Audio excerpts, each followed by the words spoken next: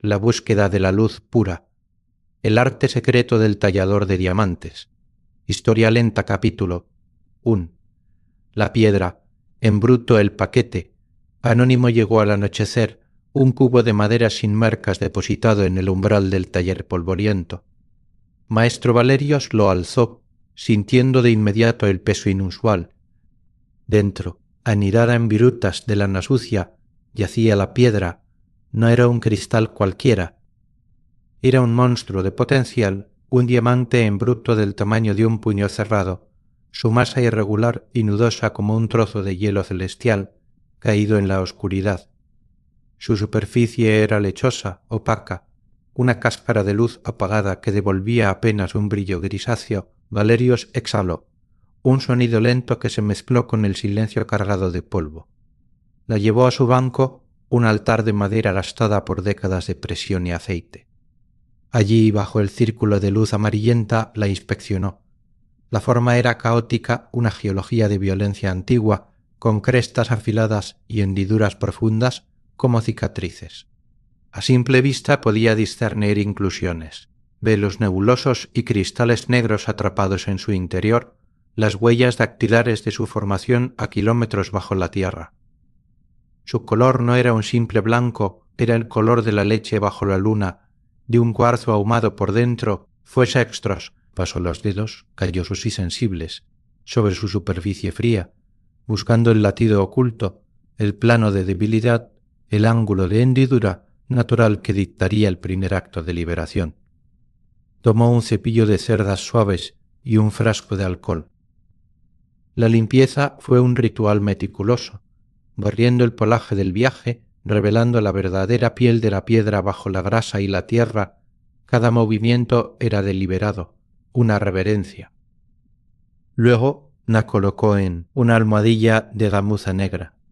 Encendió la lámpara de intensidad variable, un sol en miniatura en su firmamento de sombras. Inclinó la cabeza, acercando el ojo a la piedra, y comenzó a girarla milímetro a milímetro. La luz atravesaba la opacidad en parches, revelando destellos fugaces de estructura interna, como relámpagos en una nube de tormenta. Buscaba la línea, esa fractura invisible que prometía el camino hacia el corazón. El aire olía a madera vieja, a aceite de máquina y al ozono tenue de la lámpara. Su respiración era el único marcador del tiempo, un ritmo lento y constante que se fundía con la quietud. La piedra, fría y pesada en su mano, era un mundo por descubrir, y él su único cartógrafo. Toda prisa había sido desterrada de esta habitación. Solo quedaba la profunda, devota concentración del principio, el primer susurro del diálogo entre el artesano y la luz dormida. Capítulo 2. El canto de las Caife. Parte una decisión estaba tomada. Una línea imaginaria, trazada con la precisión de un instinto cultivado durante décadas, dividía la masa lechosa del diamante en bruto. Ahora comenzaba la cirugía. Valerios encendió el motor de las Caife, un zumbido bajo que hizo vibrar el banco de trabajo antes de estabilizarse en una nota constante y aguda. El disco de cobre, recubierto de una pasta esmeril de polvo de diamante y aceite de oliva, giraba ante él como un sol metálico y oscuro. Su superficie era un remolino hipnótico, un torbellino de potencial abrasivo. Con unas pinzas de presión ajustadas con una delicadeza extrema, Valerios sujetó la piedra en bruto. No la agarró, la acunó. Cualquier tensión excesiva, cualquier temblor podía desviar el corte o, peor aún, hacer estallar el cristal a lo largo de una fractura imprevista. Su respiración se aplanó hasta casi desaparecer.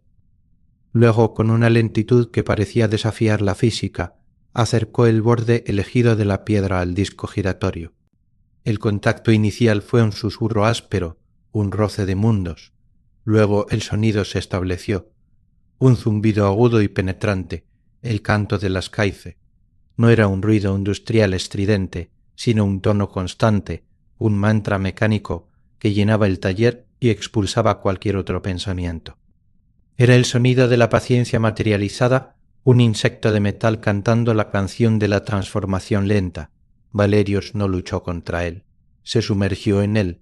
Sus músculos, bajo las mangas de lino, se tensaron en una contención perfecta, manteniendo una presión inmutable, mientras el disco giraba y giraba. Una fina lluvia comenzó a caer del punto de contacto. Un rocío cálido de aceite oscuro y polvo de diamante, el polvo de estrellas consumiéndose a sí mismo, formó un arco sucio en el disco y salpicó la mesa de trabajo, acumulándose en un barro grisáceo. El aire se impregnó de un olor a metal caliente y aceite rancio, un incienso de la manufactura. Valerios no parpadeaba, sus ojos, fijos en el punto donde el mundo opaco encontraba al devorador giratorio, veían sólo el progreso infinitesimal. No había una muesca visible, no aún. Sólo una línea cada vez más definida, un surco que parecía sudar el aceite negro de la fricción. Sus manos no se movían, pero toda su voluntad fluía a través de ellas. Era un acto de entrega y control absoluto.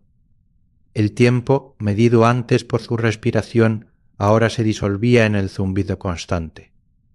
Un minuto podía ser una hora podía ser un instante.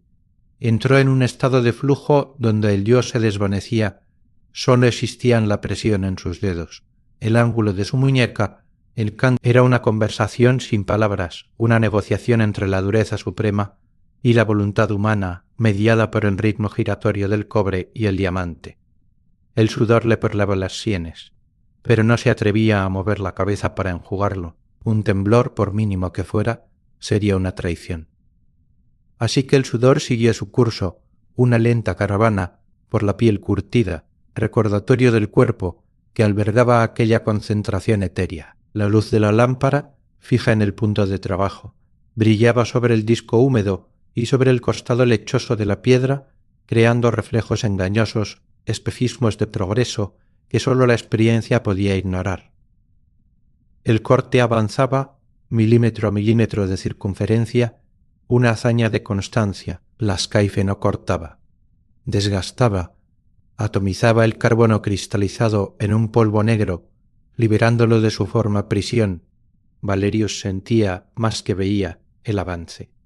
Una vibración sutil cambiaba en sus dedos, una mínima alteración en el tono del zumbido le indicaba que el surco se profundizaba, que la piedra cedía. Era una prueba de fe. Durante horas no habría recompensa visible, solo la fe en el proceso, en el canto, en la lenta y segura mordida del polvo de diamante sobre el diamante mismo. La paciencia no era una virtud aquí, era la única herramienta. El taller, bañado en ese sonido monocorde y en el olor a trabajo, se convirtió en una cápsula fuera del tiempo, donde el único propósito del universo era convertir lo opaco en posibilidad, un grano de polvo a la vez. Capítulo 3. El canto de la Skyfe, parte 2. El zumbido se había convertido en la sustancia misma del tiempo. Valerius existía dentro de él, un núcleo de voluntad inmóvil en el centro. Sus brazos habían pasado del dolor agudo a un entumecimiento vibrante, una extensión pétrea del soporte que sujetaba la piedra. El calor era ahora una presencia tangible. Brotaba del punto de contacto entre el disco de cobre y el diamante una fricción tan intensa que generaba su propio clima microscópico. El aceite no sólo lubricaba, hervía en finas burbujas en el surco, emitiendo un chisporroteo casi inaudible bajo el canto dominante, y el vapor se elevaba en tenues espirales que distorsionaban la luz de la lámpara. Ese calor se transmitía a través de las pinzas de acero hasta los dedos de Valerius, un recordatorio constante y ardiente del trabajo en curso, mientras su cuerpo presente se fundía con la máquina, su mente liberada por la repetición absoluta. Navegaba por los recuerdos. No eran pensamientos intrusivos, sino imágenes que fluían con la misma constancia que el disco giratorio. Veía las manos de su propio maestro, Elian, manos nudosas y cruzadas de cicatrices blancas, guiando las suyas, entonces torpes y temblorosas. Recordaba la primera vez que había sujetado un diamante contra la Skyfe, un cristal insignificante destinado a la práctica. El sonido le había parecido entonces un chillido ofensivo, una agresión a la quietud del... Elian no había dicho una palabra. Solo había colocado una mano firme sobre su hombro, una presión calmante, y había inclinado la cabeza, indicándole que escuchara más allá del ruido, y allí, tras horas de fracasos y cristales astillados. Valerios lo había percibido. El cambio infinitesimal en el tono, cuando el corte alcanzaba la profundidad correcta, un semitono más grave. Dominar esa escucha había llevado años de aprender la presión exacta, un equilibrio entre la presión, firmeza que evitaba el rebote y la delicadeza que prevenía el agrietamiento por tensión. El ángulo no era una medida estática, sino un compañero de baile constante, ajustado milímetro a un destello captó su ojo, devolviéndolo por completo al presente. El aceite, alentado por la fricción continua, había adquirido una viscosidad iridiscente. Bajo la luz concentrada, cada gota que salía despedida del surco brillaba como un arco iris en miniatura, un espectáculo efímero de color sobre la monotonía del gris y el negro. Era la belleza paradojal del proceso. De la destrucción metódica nacían estos destellos fugaces. El sonido, ahora, era diferente. El zumbido agudo había adquirido una nota más grave, un ronroneo de satisfacción. Valerios lo sintió en los huesos de sus dedos antes de oírlo claramente. El surco había alcanzado su punto crítico. Ya no era una muesca superficial, era una grieta que atravesaba una parte sustancial del núcleo de la piedra. La resistencia había cambiado. Donde antes había una oposición uniforme, ahora había una ligera cesión, un temblor casi imperceptible que anunciaba la inminente separación. Este era el momento de mayor peligro. Un exceso de emoción, un movimiento de alivio prematuro, podía torcer el plano de fractura y arruinar todo. Valerios apretó la mandíbula, concentrando cada átomo de su ser en mantener la presión y el ángulo absolutamente constantes. La eliminación de lo sobrante estaba a punto de consumarse. Esta primera y brutal división no era un acto de violencia, sino de liberación. Era el primer gesto para esculpir la luz, retirando la masa lechosa que la aprisionaba, como un restaurador quitando capas de barniz oscuro de un viejo maestro. La piedra, en su opacidad, contenía una geometría de fuego congelado, un patrón de reflexión interna esperando a ser desvelado. El cerrado era el acto de fe que lo hacía posible. Creer que dentro un crujido seco, claro y breve como el sonido de un hueso de fruta al partirse, cortó el zumbido. No fue un estallido, sino una declaración. La vibración en las pinzas cesó de golpe, reemplazada por una sensación de alivio físico tan profundo que casi hizo tambalear a Valerios. Con una lentitud reverencial retiró los dos fragmentos del disco que seguía girando, ahora cantando al vacío. En sus manos, la piedra en bruto ya no era una unidad. Se había dividido en dos piezas principales, una ligeramente mayor que la otra, siguiendo el plano de clivaje que él había perseguido durante horas.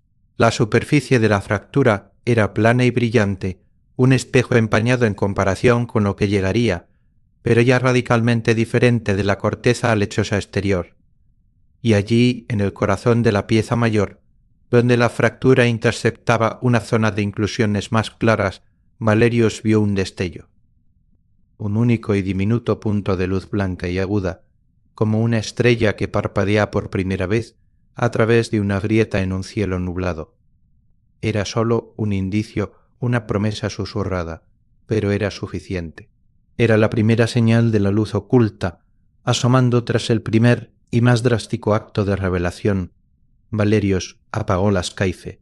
El silencio que llenó el taller fue absoluto, tangible, como si el mundo contuviera la respiración.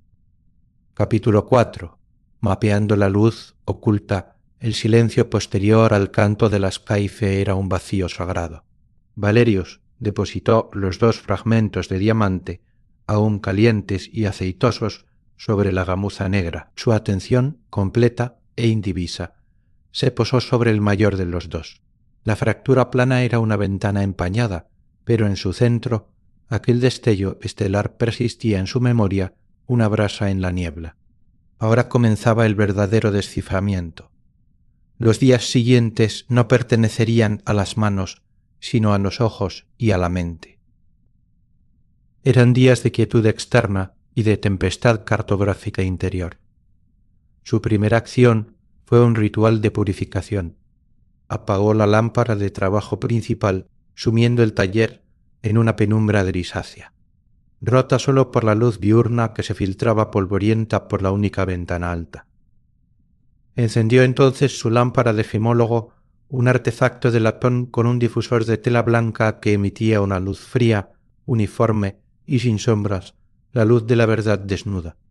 Con un paño de gamuza inmaculada limpió la lente de su lupa, la lupe de joyero de 10 aumentos, que era una extensión de su propia vista.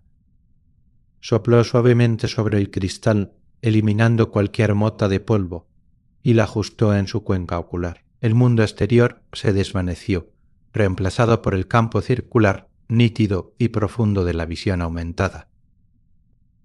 Tomó el núcleo prometedor entre el pulgar y el índice, utilizando un par de tenazas de punta de goma para no manchar la piedra con los aceites de su piel. Lo colocó bajo el haz de luz blanca y entró. El universo que se reveló ante su ojo derecho, el izquierdo cerrado para una concentración absoluta, era un paisaje alienígena.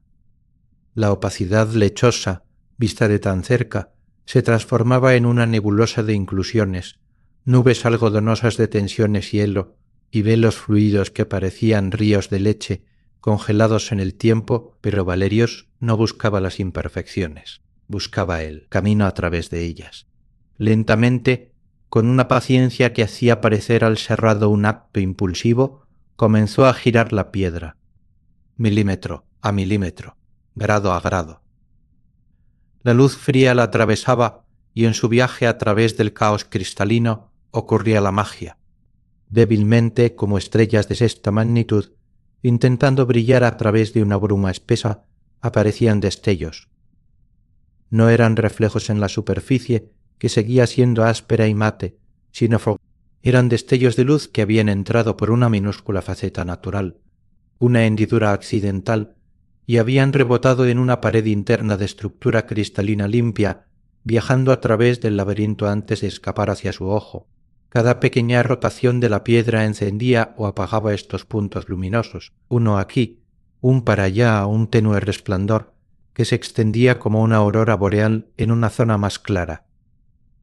Era un mapa de potencial escrito en un lenguaje de fotones cautivos. Valerios trazaba mentalmente las líneas entre estos puntos.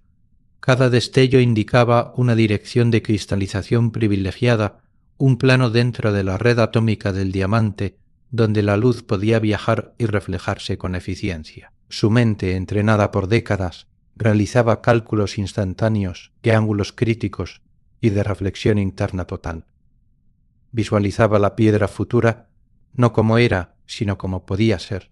Veía en la futura mesa la faceta grande y plana de la corona, no donde la piedra era más ancha, sino donde permitiría la entrada máxima de luz hacia ese juego de espejos internos que estaba cartografiando. Las facetas del becel, las de la corona y las cruciales facetas del pabellón, todas nacían en su imaginación, facetas fantasmas superpuestas sobre la masa lechosa que sostenía Sena en su imaginación. Pasaron horas. La luz diurna de la parra ventana se desplazó por el suelo, se volvió ámbar y luego desapareció.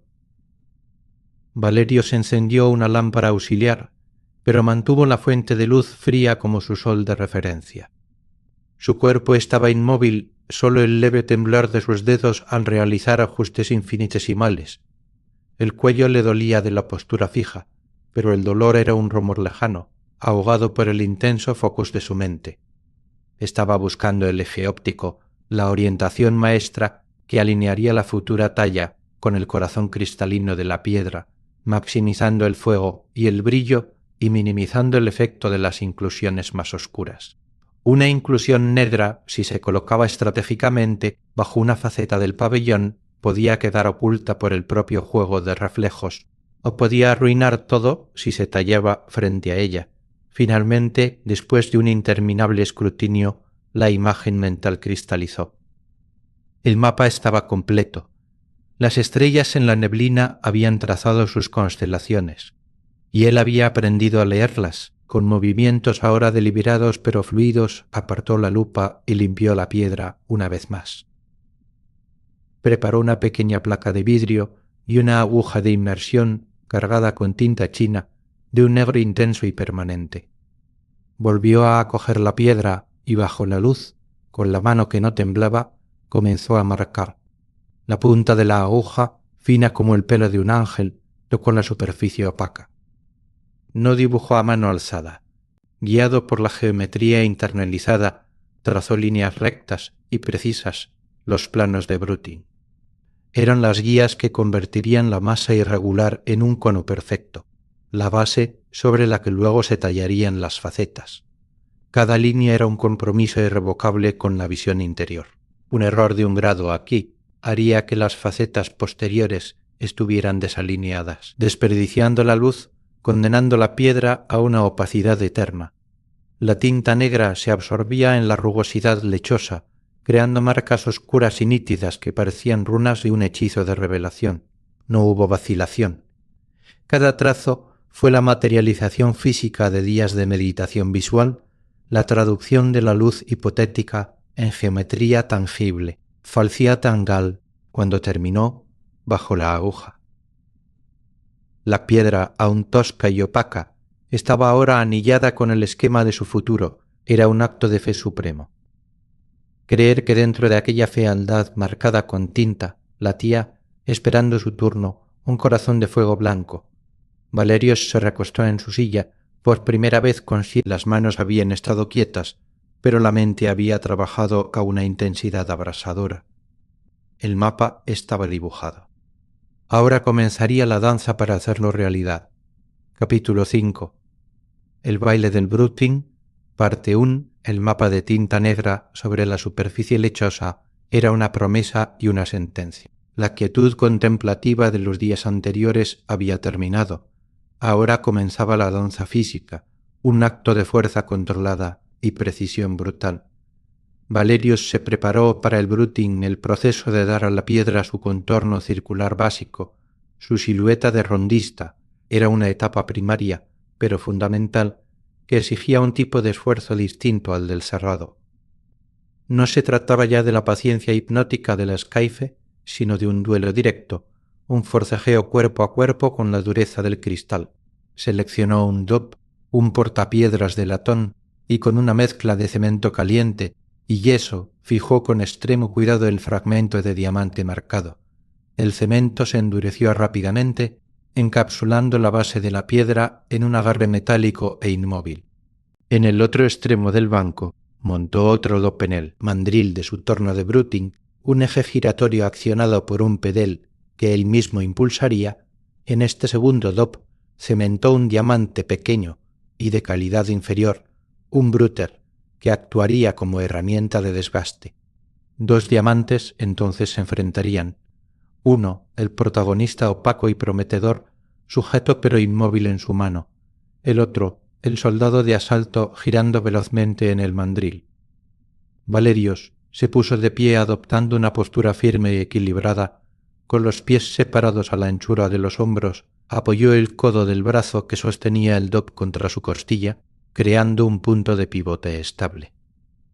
Con la otra mano accionó el pedal. El mandril cobró vida con un zumbido bajo y potente, muy diferente del agudo canto de la escaife. El diamante Bruter se convirtió en un disco plateado y borroso, un remolino de potencial destructivo. Conteniendo la respiración, Valerios acercó la piedra en bruto, sostenida firmemente en su dop al borde del Bruter giratorio. El contacto no fue un susurro, sino un chirrido áspero y gutural, un sonido de roca luchando contra roca. Era un ruido discordante primitivo que hacía rechinar los dientes. Instantáneamente, una lluvia de fragmentos diminutos saltó del punto de impacto, no el polvo negro y aceitoso del serrado, sino esquirlas blancas y afiladas que centellearon un instante bajo la luz antes de perderse en la penumbra del taller. El aire se llenó de un olor a piedra caliente, a polvo de sílice y a esfuerzo.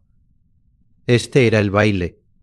Valerios aplicó una presión constante y firme, presionando el costado de su piedra contra el borde giratorio del bruter. Sus músculos, desde el antebrazo hasta el hombro y la espalda, se tensaron en una contención vibrante. No era una fuerza bruta e indiscriminada, sino una presión calculada, dosificada, que debía mantenerse perfectamente uniforme mientras movía la piedra en un lento y constante arco circular.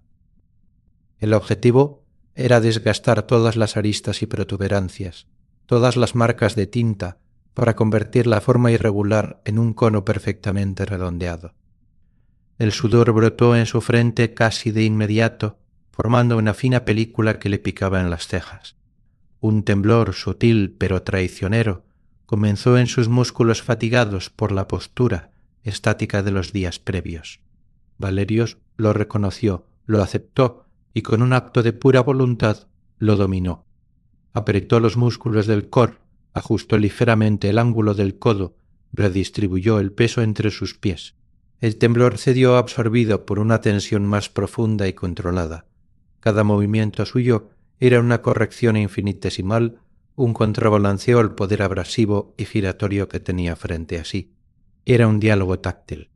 La resistencia de la piedra le transmitía, a través del metal del dop y de sus propios huesos, información sobre su dureza, sobre la presencia de inclusiones más duras o más blandas. Una zona particularmente densa hacía que el chirrido subiera de tono, se volviera más estridente, una más blanda lo amortiguaba ligeramente. La piedra comenzó, milímetro, a transformarse. Las crestas afiladas, aquellas que habían rasgado la lana del embalaje anónimo, fueron las primeras en ceder. El chirrido las devoraba, convirtiéndolas en esa lluvia de fragmentos efímeros. La forma geométrica, latente bajo la aspereza natural, empezó a emerger. La piedra perdía su carácter de trozo caído del cielo, su geología salvaje, para adoptar una simetría impuesta, la primera y más básica de las simetrías humanas. El círculo. Valerios giraba la muñeca con un ritmo lento y constante, describiendo el arco que definiría el rondista. El pedal del mandril bombeaba bajo su pie con una cadencia regular. El zumbido del motor una nota de bajo continuo bajo el chirrido intermitente de la abrasión. A veces una inclusión particularmente dura o un cambio de dirección en el grano cristalino hacía que la piedra mordiera o rebotara ligeramente contra el bruter. En esos momentos, Valerius debía relajar instantáneamente la presión, un acto reflejo de altísima sensibilidad para evitar astillar un trozo demasiado grande o crear una mella en el contorno. Luego, con paciencia, reanudaba el contacto, desgastando el obstáculo grano a grano. Era un juego de fuerza y delicadeza, de empuje y retirada, cuyo ritmo estaba dictado por la propia piel. El polvo blanco se acumulaba en el banco, en sus mangas, en sus pestañas. El chirrido era el sonido de la forma naciendo a golpes de fricción, un contraste áspero y terrenal con el zumbido casi espiritual del ascaife. Aquí no había hipnosis, solo alerta muscular, concentración táctil y la satisfacción física de ver cómo, bajo su esfuerzo sostenido, lo amorfo cedía paso a lo geométrico. La danza era agotadora, cada músculo protestaba, pero en el centro de ese cansancio había una feroz gratificación. Con cada giro de su muñeca, con cada aplicación de presión, la visión marcada en tinta se hacía un poco más real, la piedra un poco menos ella misma y un poco más la idea que él guardaba en la mente. El baile del Brutin era la traducción física del mapa, el primer y más vigoroso paso para liberar de la tosca casca lechosa. Capítulo 6. El baile del Brutin, parte 2. El chirrido áspero fue apagándose no de golpe, sino grano a grano, hasta convertirse en un susurro, y luego en silencio. Valerios retiró el dop, la mano temblorosa por el esfuerzo sostenido, y apagó el zumbido del mandril. En el portapiedras, ahora frío al tacto, la transformación era completa.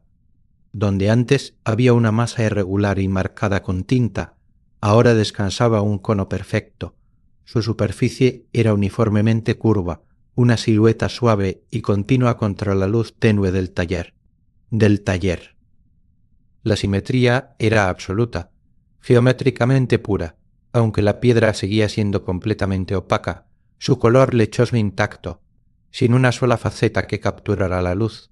Era una forma elemental, una promesa de redondez antes del estallido de ángulos que estaba por venir. Con movimientos lentos, casi ceremoniales, Valerios calentó ligeramente el cemento del DOP hasta que cedió su agarre. Liberó la piedra y la sumergió en un pequeño baño de alcohol tibio. Con un pincel de cerdas suaves, barrió el polvo blanco incrustado, el residuo de su propio cuerpo desgastado. El agua se enturbió. Al sacarla y secarla con un paño de lino inmaculado, la piedra reveló su nueva naturaleza. Fría y pesada en su palma, era ahora un objeto abstracto, un sólido de revolución perfecto. No sugería un diamante, sugería la idea platónica de uno, la forma esencial antes de la complejidad. Valerios la hizo rodar suavemente sobre la gamuza negra. Rodó con una fluidez silenciosa y predecible, sin titubeos, un testimonio de la precisión de su trabajo. La examinó bajo la lupa, no buscando destellos, aún no había ninguno, sino comprobando la curvatura. No había planos, no había irregularidades. La línea del rondista era impecable desde cualquier ángulo. Una profunda y silenciosa satisfacción, un calor distinto al del esfuerzo muscular, se expandió en su pecho. Este momento de quietud, esta pausa entre el acto de dar la forma y el acto de dar la vida, era uno de sus Moses Carver preferidos. Colocó la piedra cónica sobre la almohadilla y se recostó en su silla, dejando que el cansancio le inundara por un momento. Sus ojos, sin embargo, no se apartaban de la forma simple. Reflexionó, no por primera vez, sobre la belleza de estas etapas intermedias. El mundo valoraba el destello final, el fuego y el brillo, pero él sabía que sin esta perfección oculta, sin esta simetría fundamental y opaca, la luz quedaría atrapada o se dispersaría en el caos. La complejidad reluciente de las facetas futuras no sería más que un adorno vacío sin la preparación meticulosa de la forma simple. Esta piedra cónica era un cimiento, una declaración de orden. Contenía en su redondez perfecta toda la disciplina, toda la paciencia del Brüten. Era un acto de fe hecho geometría. El descanso fue breve. La siguiente etapa, el faceteado, exigía herramientas en un estado de perfección absoluta. Se levantó y se dirigió a un estante donde guardaba sus caifes de faceteado, discos de hierro fundido de diferentes grados de grano. Seleccionó uno de grano fino, su superficie lisa y mate bajo la luz. Con una piedra de aceite y un bloque de diamante en polvo, comenzó el ritual de afilado. Frotó el bloque contra el disco giratorio con una presión uniforme, esparciendo el abrasivo. El sonido era un roce suave y constante, un suspiro metálico. Lo hizo hasta que la superficie del escaife estuvo impregnada de manera homogénea. Lista para pulir en lugar de desgastar, cada movimiento era medido, un preludio al baile mucho más delicado que se avecinaba. Luego preparó el DOP. No serviría el mismo que para el Brüten. Para el faceteado necesitaba un portapiedras de quicio, un dispositivo complejo que permitiría inclinar y rotar la piedra con precisión angular absoluta. Tomó uno de latón, lo desmontó y limpió cada pieza con alcohol. La copa principal, el tornillo de ajuste, la junta de goma. El tacto del metal frío y mecanizado era familiar, reconfortante. Ensambló las piezas, apretando los tornillos minúsculos con un destornillador exacto, hasta que el mecanismo giró y se inclinó con una fluidez sin holgura, un silencio de ingeniería perfecta. El sonido del acero ajustándose, un clic suave y definitivo, era la firma de la precisión. Finalmente preparó una nueva mezcla de cemento, más duro y estable, y calentó la copa del DOP. Con unas pinzas colocó el cono de diamante en el centro, asegurándose de que su futuro eje de simetría. Ahora una línea imaginaria que recorría el centro del cono estuviera perfectamente alineado con el eje del quicio. Aplicó el cemento fundido alrededor de la base, sosteniendo la piedra inmóvil mientras el material se oscurecía y solidificaba encapsulándola de nuevo, pero esta vez no para una lucha de fuerza, sino para un ballet de ángulos y luz. El olor a cemento caliente y metal llenó el aire, un aroma a nuevo comienzo. Valerius observó cómo se secaba, la piedra opaca, icónica ahora firmemente anclada en su trono de latón, lista para su transfiguración. La preparación estaba completa, el escenario meticulosamente dispuesto. Ahora la luz esperaba su turno para entrar en el baile. Capítulo 7. El primer faceta. La mesa, el cono perfecto, prisionero en su trono de latón, esperaba. Valerius encendió el motor del ascaife de faceteado.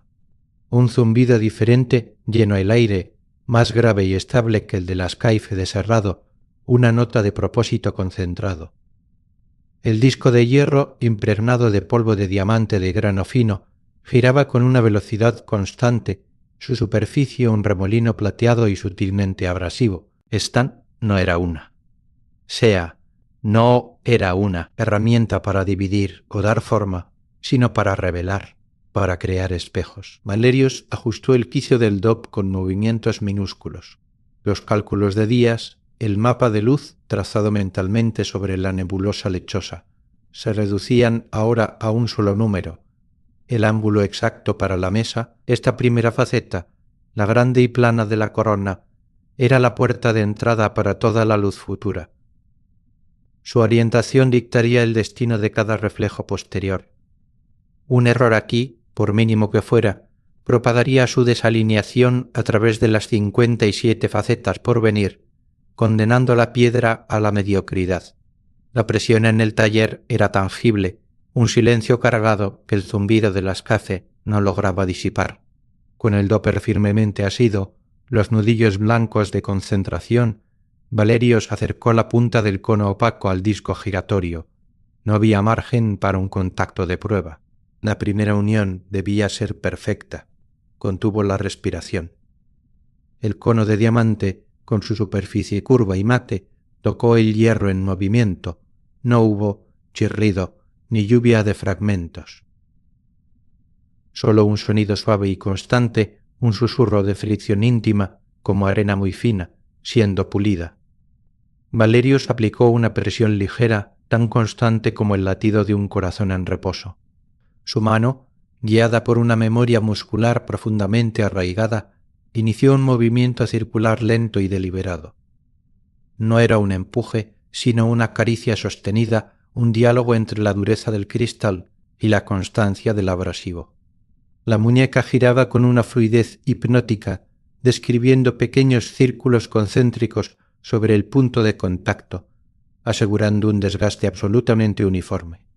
El calor comenzó a generarse, un calor seco y concentrado que se transmitía a través del metal del dopé, un fino humo, más vapor que humo, sonaume, volfinos elarias. Se elevó del punto de fricción, llevando consigo el olor acre del diamante pulverizándose a sí mismo. Valerius no apartaba la vista. Bajo la luz focalizada de la lámpara de gemólogo, vio cómo la superficie curva y lechosa del cono comenzaba a cambiar. Donde antes había una opacidad uniforme, una niebla al principio era apenas una zona ligeramente más oscura, un parche de distorsión en la leche. Pero a medida que su mano continuaba su danza circular, la presión inmutable, el movimiento suave, esa mancha se aclaró. No fue un destello lo que apareció primero, sino un plano. Un pequeño, perfecto y liso plano comenzó a emerger de la curvatura, como un lago de hielo negro formándose en medio de una duna nevada. Era oscuro aún, pero ya no era mate. Reflejaba la luz de la lámpara no como la difusa leche circundante, sino como una mancha de aceite, profunda y prometedora. Valerius mantuvo el ritmo, el ángulo, la presión. Milímetro a milímetro, el plano se expandió. El susurro del ascaife era el sonido de la revelación, un mantra que despejaba la niebla. Y entonces ocurrió. La faceta, ahora del tamaño de una moneda pequeña, cruzó un umbral invisible. La luz que había estado reflejándose en un ángulo obtuso encontró la perpendicularidad perfecta. De repente, la oscuridad profunda del plano se transformó, no en un brillo, aún no, sino en una claridad absoluta. Era como mirar a través de una ventana recién limpiada en un día nublado. La faceta se volvió transparente. A través de ella, Valerios podía ver no el otro lado de la piedra, que seguía siendo opaco, sino hacia adentro. Vio las inclusiones algodonosas, los velos lechosos, pero vistos a través de este portal perfectamente liso, adquirieron una dimensión nueva, una profundidad, y en el centro de ese campo de visión clara, un destello, el mismo destello estelar que había visto en la fractura, pero ahora amplificado, enfocado, enviado directamente a su ojo a través del primer espejo perfecto que él había creado. Fue un momento de profunda gratificación silenciosa, tan intensa que casi lo hizo perder el ritmo. Un escalofrío recorrió su espina dorsal, ajeno al calor del trabajo. Esta primera faceta, la mesa, era más que un paso técnico. Era una promesa cumplida, era la prueba tangible, física e irrefutable de que su visión era correcta, que dentro de aquella fealdad lechosa yacería efectivamente la luz. La claridad de ese pequeño plano en medio de la opacidad era un juramento del futuro fuego. Valerios no sonrió, su concentración era demasiado profunda para eso. Pero en sus ojos, cansados y enrojecidos, se encendió una chispa que rivalizaba con la que acababa de liberar de la piedra.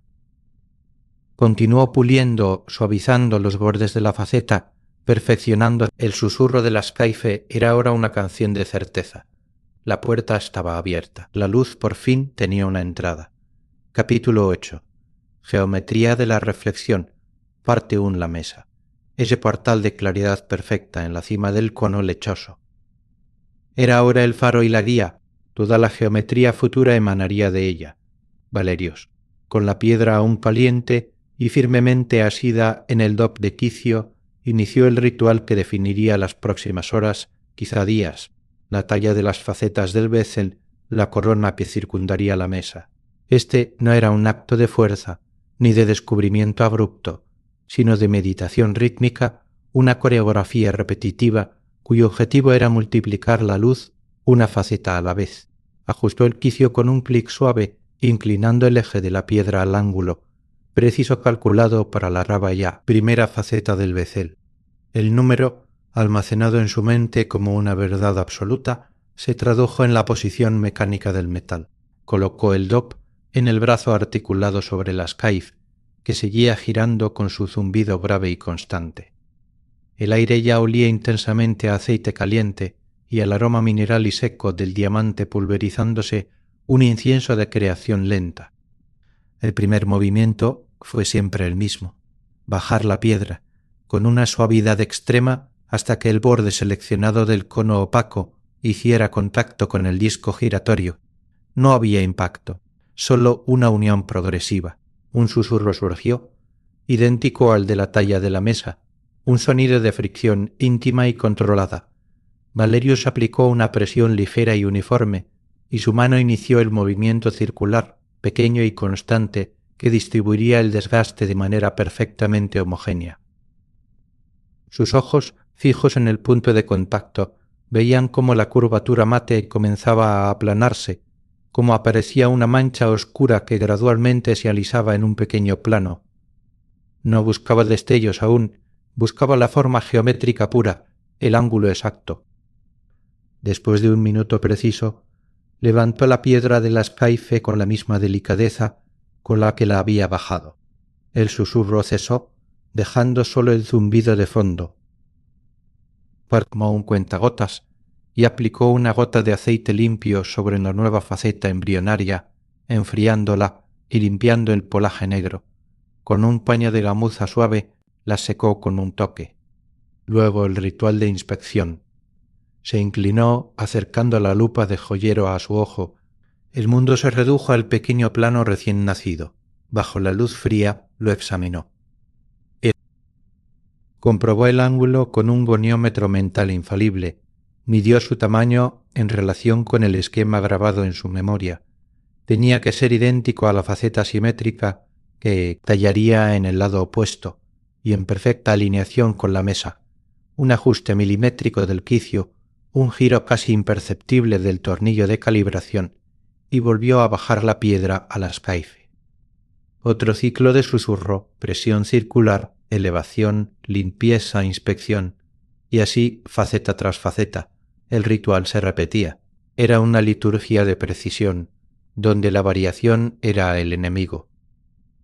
Cada nuevo pequeño plano tallado alrededor de la mesa cambiaba la piedra de manera sutil, pero profunda.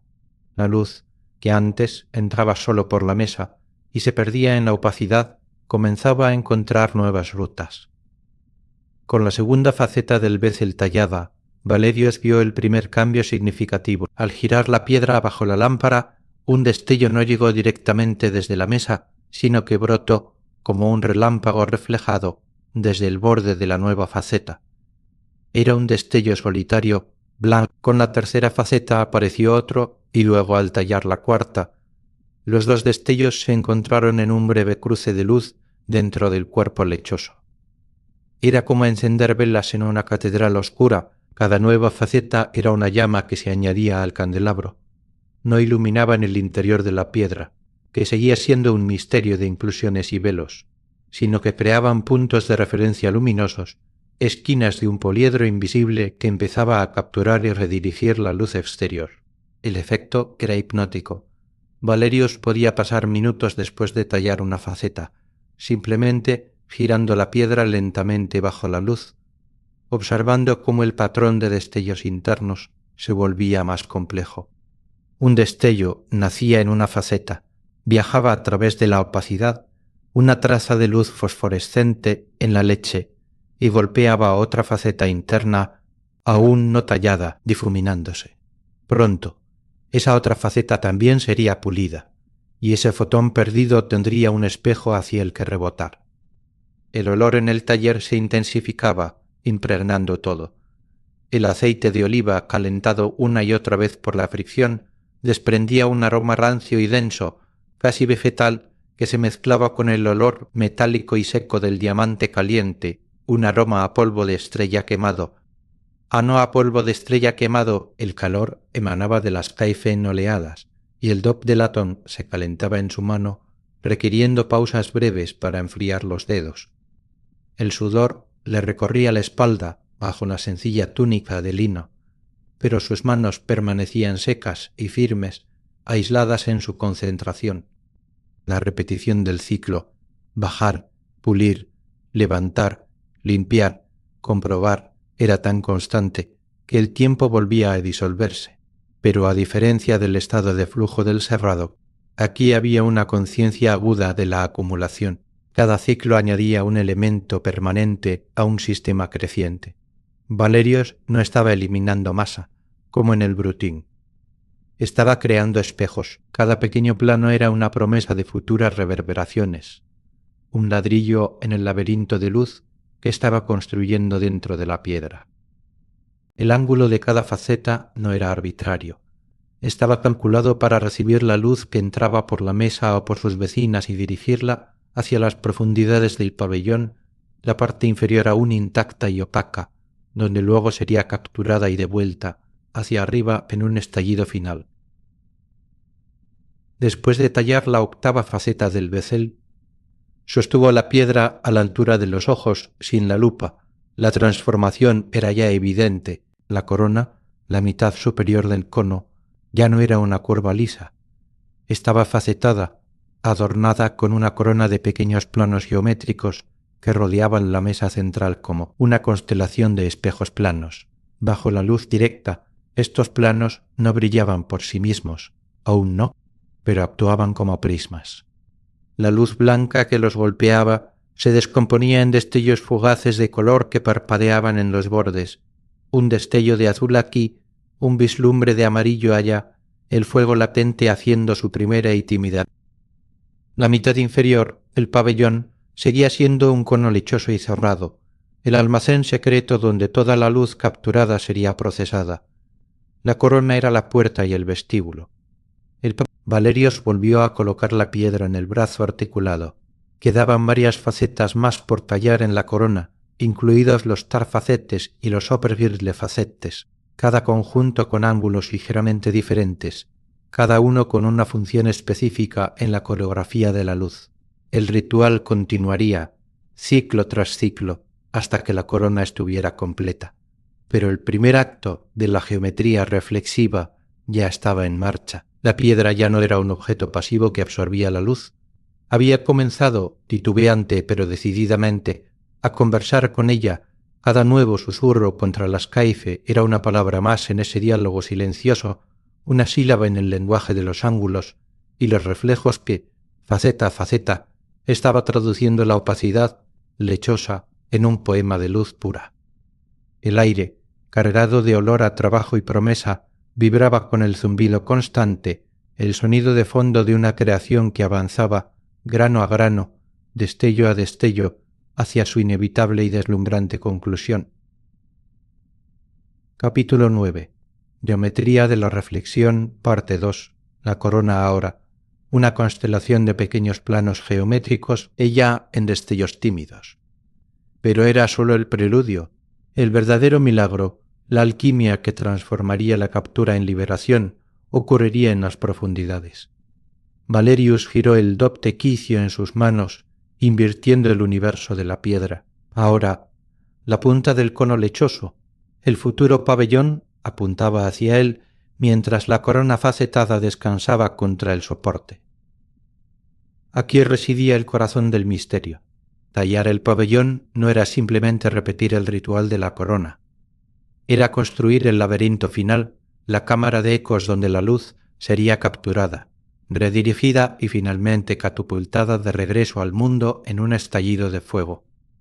La complejidad aumentaba en un orden de magnitud. Cada faceta del pabellón debía ser un espejo calculado con una precisión aún más despiadada. Su ángulo no era sólo una cuestión de simetría estética, era una ecuación de supervivencia para los fotones. Valerios ajustó el quicio, inclinando el eje de la piedra a un ángulo más agudo, el primero de una serie crítica para las facetas pavillon-mains. Su mente, un compendio silencioso de trigonometría y óptica, visualizaba el viaje.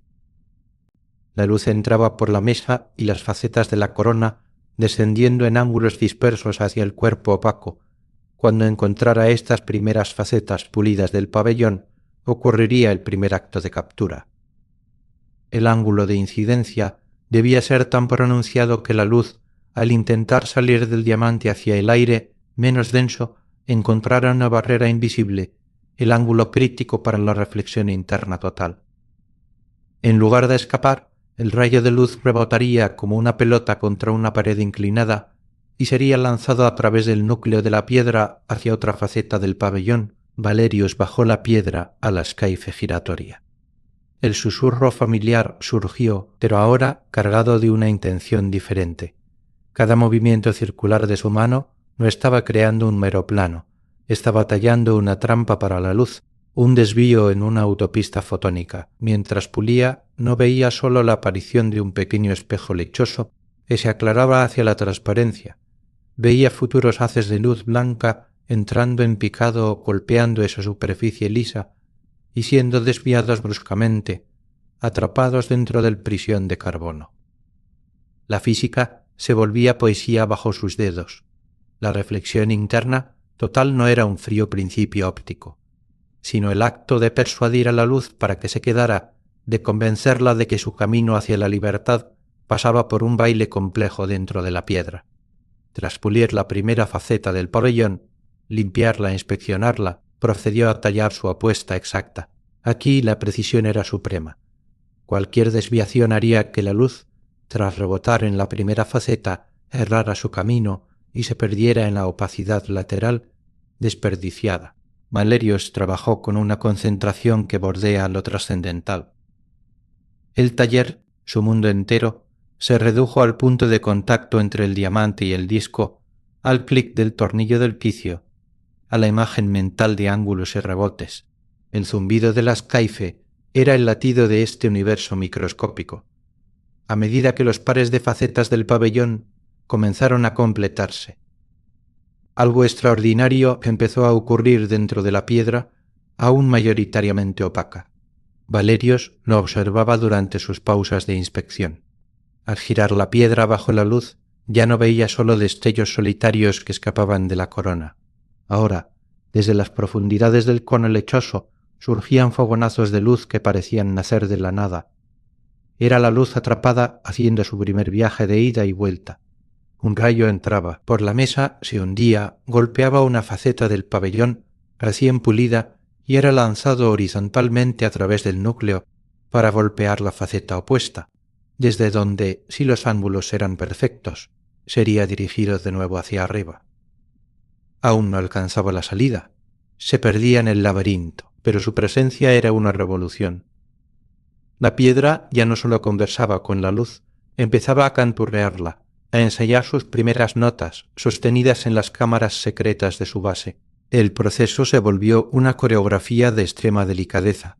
Para las facetas laubardirle facetes, las más cercanas al rondista, el ángulo del quicio era tan extremo que Valerios debía sostener el dop casi horizontalmente, su muñeca torcida en una posición incómoda que pronto quemó con un dolor sordo los músculos de su antebrazo.